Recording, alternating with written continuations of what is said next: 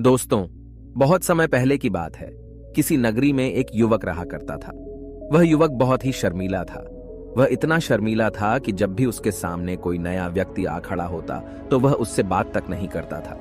यहां तक कि जिन्हें वह जानता था, पहचानता था, उनसे भी बात करने में उसे बहुत शर्म आया करती थी। वह उनसे भी ठीक से बात नहीं कर पाता था और अपनी इस समस्या के कारण वह खुद ही बहुत परेशान रहता था, क्योंकि वह अपने जीवन में कुछ कर ही नहीं पा रहा था।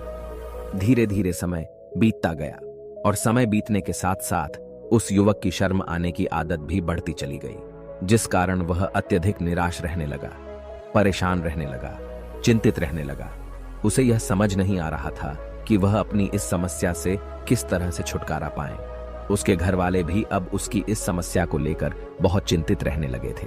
वे सोचते थे इसका क्या होगा, या अपने जीवन में कुछ कर पाएगा भी या नहीं। जब भी वह कहीं पर काम के लिए जाता तो लोग उसके इस सीधेपन का फायदा उठाते, उसे परेशान करते। वह कुछ ज्यादा कह नहीं पाता था, जिस कारण उसे कोई कुछ भी कह देता और वहां से चला जाता। इन्हीं सब कारणों की वजह से उसका मन कहीं भी किसी भी काम में नहीं लगता। वह हर काम को कुछ ही दिनों में छोड़ दिया करता। उसके मन में बहुत कुछ चल रहा था। उसके मन में विचारों के तूफान उठ रहे थे। वह सबसे बहुत कुछ कहना चाहता था, लेकिन अपनी इस आदत के कारण वह किसी से कुछ नहीं कह पा रहा था। वह अंदर ही अंदर घुटता जा रहा था।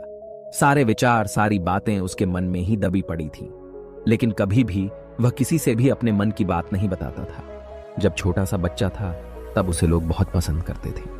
उसकी इस आदत को भी लोग सराहते थे, लेकिन इसी आदत की वजह से जब वह बड़ा हो गया, युवा हो गया, तो इसी आदत के कारण उसे अपना जीवन जीने में भी अत्यधिक परेशानियां उठानी पड़ रही थी।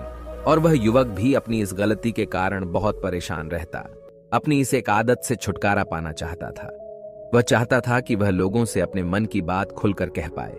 वह जो कुछ करना चाहता है, जो कुछ कहना चाहता है, वह सबसे वह खुलकर कह सके, कर सके। लेकिन जब भी कोई दूसरा उसके सामने आता तो उसकी जुबान मानो खुलती ही नहीं। यहां तक कि वह अपने माता पिता के सामने भी ठीक से बात नहीं कर पाता था। केवल उसके कुछ मित्र थे जिनसे वह अपने मन की बात कर पाता था। जब भी वह किसी बात का जवाब देता तो लोग उसकी हंसी उड़ाते, उसका मजाक बनाते। लोग कहते कि आज तो तेरे मुंह में भी जबान आ गई है। यह समस्या दिन ब दिन बढ़ती चली जा रही थी और इस समस्या के कारण अब उसके पिता भी अत्यधिक चिंतित रहने लगे थे। वह चाहते थे कि उनका बेटा भी दूसरों के सामने अपने मन की बात रख सके, लेकिन एक दिन जब अपने उस बेटे को दूसरों के सामने शर्मिंदा होता हुआ देख रहे थे, तभी उन्हें बहुत क्रोध आया और वह अपने बेटे को खरी खोटी सुनाने लगे। उन्होंने उसे इतना डांट दिया कि वह युवा लड़का अत्यधिक क्रोधित हो गया और वहां से बिना कुछ कहे वह वहां से चला गया। शाम हो चुकी थी और अब तक उनका बेटा घर नहीं लौटा था। माता और पिता दोनों बड़े ही चिंतित थे। वे अपने बेटे को वापस घर पर देखना चाहते थे, लेकिन युवा लड़का तो भागते भागते पहाड़ की चोटी पर जा पहुंचा था। वह वहां से नीचे की ओर झांक रहा था और ईश्वर से कह रहा था, हे भगवान, आपने मुझे ऐसा क्यों बनाया? लोग मेरा मजाक उड़ाते हैं, लोग मेरी हंसी उड़ाते हैं। जब मैं इस दुनिया में अपने मन की बात रख ही नहीं सकता, मैं किसी से कुछ कह ही नहीं सकता, तो फिर मैं इस जीवन को जीकर क्या करूंगा? जब भी मैं किसी से कुछ कहने की कोशिश करता हूं तो लोग मेरा मजाक बनाते हैं, मेरी हंसी उड़ाते हैं। यहां तक कि वह मुझसे कुछ भी कहकर चले जाते हैं और मैं उनका जवाब नहीं दे पाता। ऐसा जीवन जीकर मुझे क्या मिलेगा? इसलिए मैं तेरे पास आ रहा हूं। इतना कहकर जैसे ही वह युवक कूदने की तैयारी कर रहा था कि तभी पीछे से आवाज सुनाई पड़ी, बेटा, जान देना तो बहुत आसान है, लेकिन इस जान को तुम वापस नहीं पा सकोगे। जैसे ही यह आवाज उसके कानों में पड़ी, वह पीछे मुड़कर देखने लगा। उसने जैसे ही पीछे मुड़कर देखा, उसने पाया कि एक बौद्ध भिक्षु उसके पीछे खड़े हैं। उन्हें देखकर वह डर सा गया और अपने कदम पीछे खींच लिए और चुपचाप वहां पर खड़ा हो गया। अपनी आदत के कारण वह उनसे कुछ कह नहीं पा रहा था। तभी बौद्ध भिक्षु उस युवक से कहते हैं, बेटा, क्या बात है? आखिर तुम यहां पर क्या कर रहे हो और तुम अपने इस जीवन को क्यों समाप्त करना चाहते हो? यह अनमोल जीवन बहुत कम लोगों को नसीब होता है और तुम्हें यह जीवन व्यर्थ लगता है। इस पर वह युवक कहता है, नहीं नहीं, कुछ नहीं, मैं तो बस यहां पर खड़ा होकर देख रहा था। तभी बौद्ध भिक्षु उस युवक से कहते हैं, बेटा, मैं जानता हूं कि तुम यहां पर क्या करने आए थे। तुम मुझसे कुछ नहीं छुपा सकते, लेकिन मैं चाहता हूं कि तुम अपनी समस्या मुझसे खुद बताओ, तभी मैं उसका समाधान तुम्हें बता पाऊंगा। यदि तुम चाहते हो कि कोई तुम्हारी मदद करे तो उसके लिए पहले तुम्हें ही आगे बढ़ना होगा। यदि तुम चाहते हो कि मैं तुम्हारी समस्या का समाधान करूं तो तुम्हें मुझे अपनी समस्या बतानी होगी, वरना मैं कुछ नहीं कर सकूंगा। उन बौद्ध भिक्षुओं की यह बात सुनकर वह युवक कहता है, नहीं नहीं, मैं ठीक हूं, मैं सच कह रहा हूं। उस युवक की यह बात सुनकर बौद्ध भिक्षु उस युवक से कहते हैं, ठीक है बेटा, यदि तुम नहीं चाहते कि मैं तुम्हारी मदद करूं तो कोई बात नहीं, मैं तुम्हारी बात पर विश्वास कर लेता हूं। लेकिन तुम्हें भी मेरी एक बात पर विश्वास करना चाहिए कि मैं तुम्हारी मदद के लिए ही यहां पर आया हूं। तुम चाहो तो तुम अपनी समस्या मुझे बता सकते हो और मैं तुम्हारी इस समस्या का समाधान भी अवश्य करूंगा। इसका जवाब देते हुए युवक उन बौद्ध भिक्षु से कहता है, नहीं नहीं, मैं ठीक हूं, आप जाइए।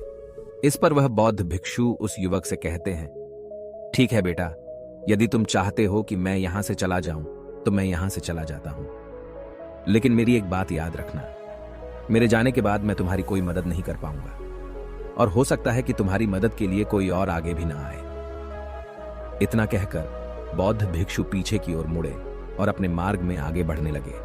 वो युवक वहीं पर खड़ा होकर यह सब देख रहा था।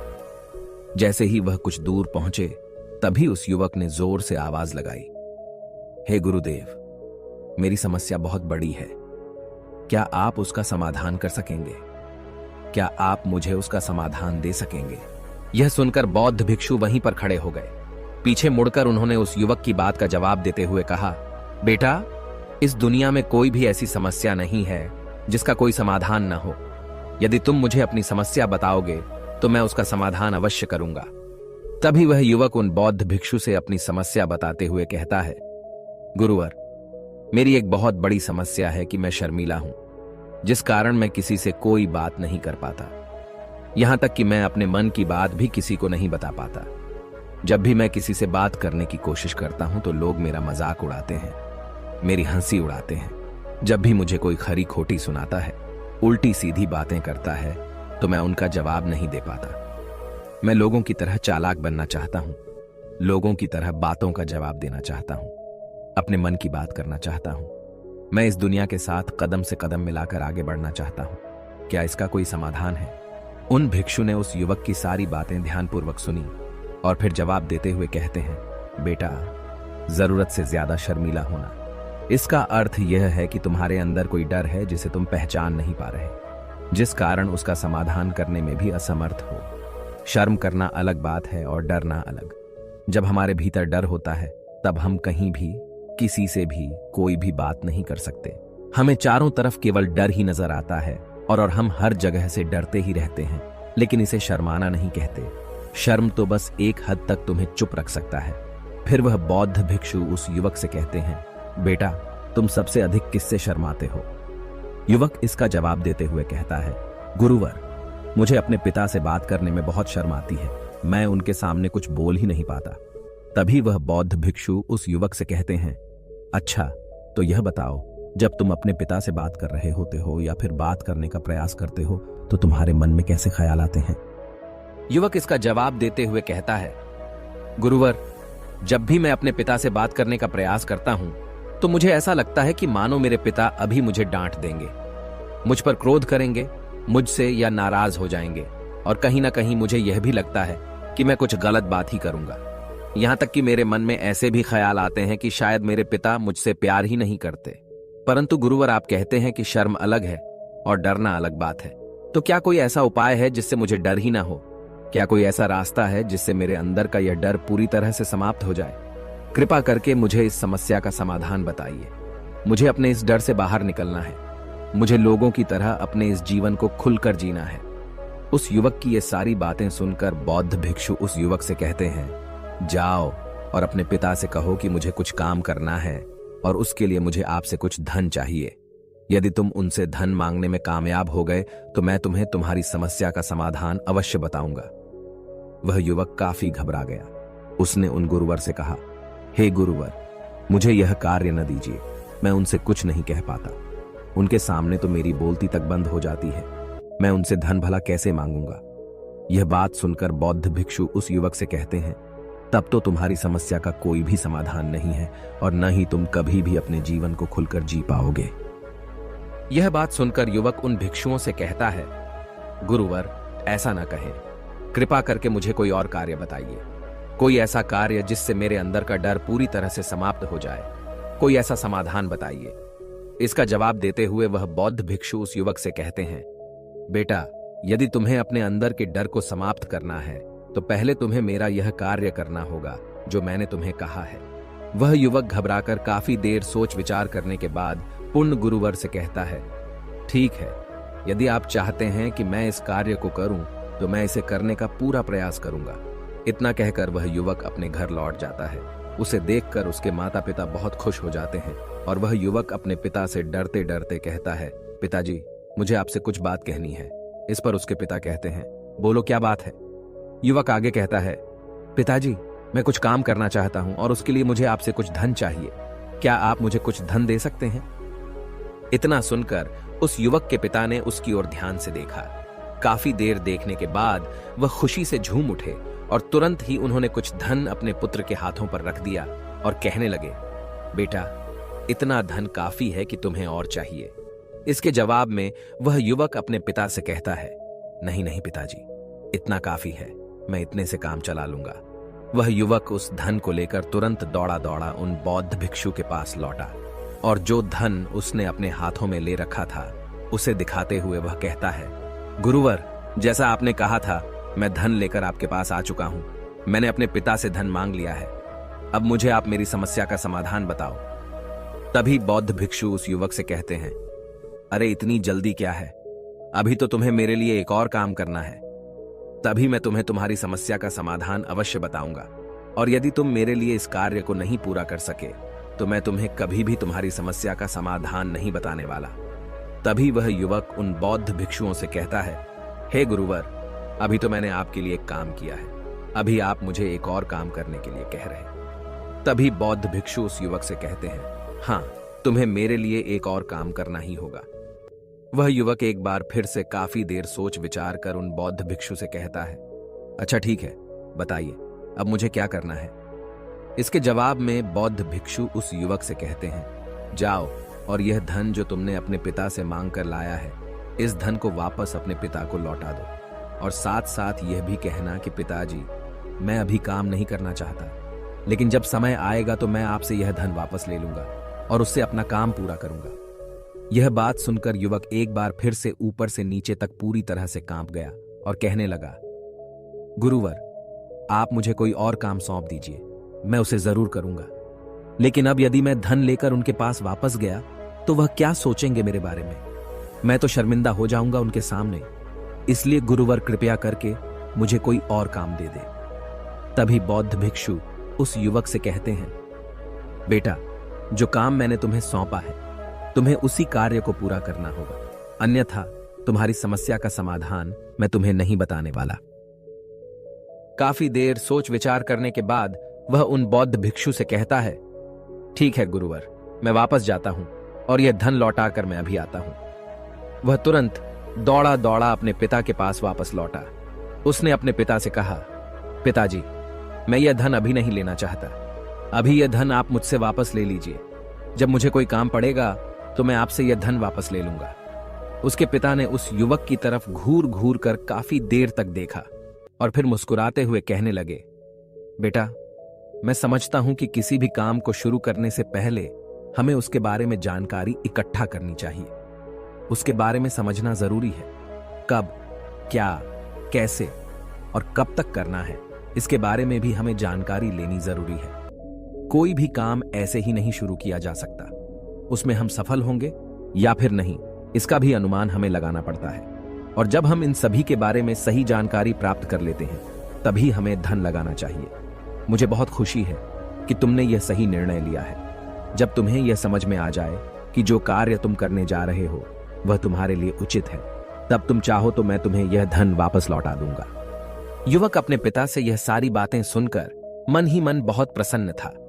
उसने यह तो उम्मीद तक नहीं की थी कि उसके पिता हंसकर उसे इस तरह से सारी बातें समझाएंगे। वह मन ही मन यह सोच ही रहा था कि तभी उसके पिताजी उसके और करीब आए और अपनी उस युवा बेटे को गले से लगा लिया। जैसे ही उसके पिता ने उस युवक को गले से लगाया, उसको बहुत अच्छा महसूस हुआ। उसका आत्मविश्वास, उसका हौसला और बढ़ता गया।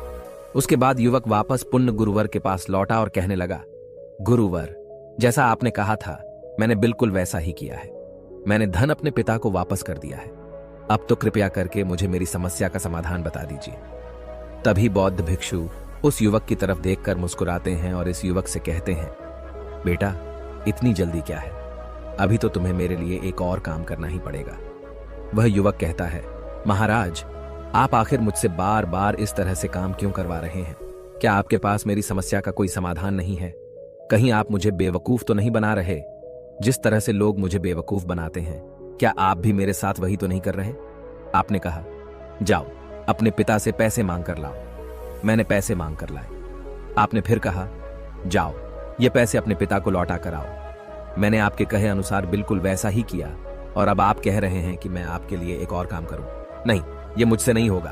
तभी बौद्ध भिक्षु उस युवक की तरफ देखकर मुस्कुराते हैं और कहते हैं, बेटा, बस यह आखिरी काम है और यह बहुत सरल भी है। तुम जैसे ही इस कार्य को पूरा करोगे, मैं तुम्हें वचन देता हूं कि मैं तुम्हारी समस्या का समाधान तुम्हें अवश्य बताऊंगा।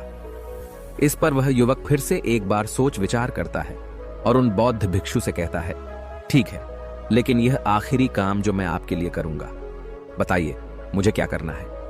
तभी बौद्ध भिक्षु एक मूर्ति निकालकर उस युवक के हाथ में थमा देते हैं। वह मूर्ति दिखने में बहुत ही साधारण सी थी, लेकिन वह बौद्ध भिक्षु उस युवक से कहते हैं, बेटा, तुम्हें इसे बाजार में ले जाना है, इसे बेचना है और इसके बदले में तुम्हें 100 सोने के सिक्के लेकर आने हैं। जब तुम यह करने में सफल हो जाओगे, तभी मैं तुम्हें तुम्हारी समस्या का समाधान तुम्हें बता पाऊंगा। वह युवक उस मूर्ति को अपने हाथ में लेकर बड़े ही गौर से देखता है और उन बौद्ध भिक्षुओं से कहता है, हे गुरुवर, यह तो बड़ी ही साधारण सी मूर्ति लग रही है, मानो मिट्टी की बनाई गई हो। इसके लिए भला 100 सोने के सिक्के मुझे कौन देगा? कहीं आपका माथा फिर तो नहीं गया है? इसके 1 या 2 सोने के सिक्के मिल जाए वही बहुत है, लेकिन इसके लिए 100 सोने के सिक्के कोई नहीं देगा। तभी बौद्ध भिक्षु उस युवक से कहते हैं, बेटा, मैंने जो तुम्हें काम सौंपा है, यदि तुम उसे पूरा करोगे तभी तुम्हें तुम्हारी समस्या का समाधान मिल पाएगा, अन्यथा तुम चाहो तो अपने घर लौट सकते हो। फिर से वही अपने पुराने जीवन में, जहां लोग तुम्हारा मजाक बनाते हैं, लोग तुम्हें डराते हैं, सताते हैं। मैं तुम्हें यहां अपने डर को निकलने में तुम्हारी मदद कर रहा हूं। तुम मेरे यह काम करके अपने डर को धीरे धीरे भगा पाओगे। मेरे इस काम को पूरा कर दो, तुम्हें सब समझ आ जाएगा।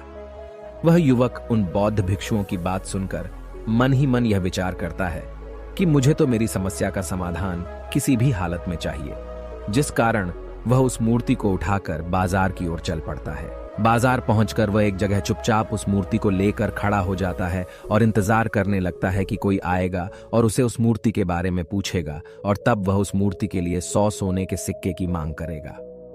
देखते ही देखते काफी समय बीत गया, लेकिन अभी तक उसके पास कोई भी व्यक्ति नहीं आया था। उसने आसपास देखा तो लोग चिल्ला चिल्ला कर अपने सामानों को बेच रहे थे, जोर जोर से आवाज लगा रहे थे।